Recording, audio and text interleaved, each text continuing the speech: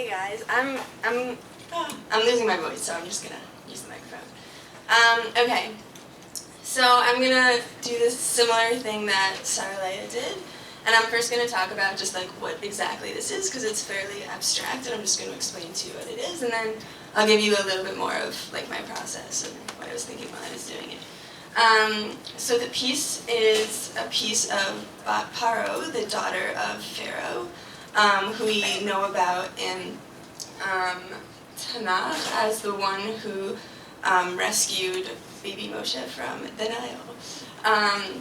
So this is her right here, and these are her arms, and there's a midrash, or like a explanation of that, like her arms became super long and reached out for the baby in the Nile. So these are her arms reaching above her head, and these are her legs right here and her head right here.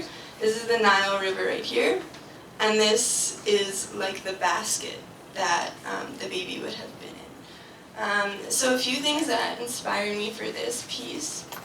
Oh, so the way I connected this back to Shema is that she heard his voice, and it was a very unexpected character to be hearing his voice and to save him. So I think that's important, that even if we are reaching out to unexpected characters, it's important to hear everyone's voice, even if you wouldn't necessarily like think to hear them.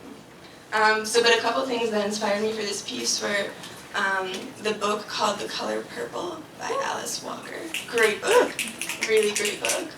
And in it, she has a great line that has resonated with me for years, and it said that God is the color purple. So I could go on for a very long time about that line, but I'm not going to. Another thing that inspired me for this piece was there's an artist named Aaron Douglas. He's like a great artist. He like painted around the time of the Harlem Renaissance, and he does this really cool thing in his paintings where he conveys sound through different shaped circles and concentric circles. And it's a thing in art history that a lot of different artists try to figure out how to convey sound on a 2D surface.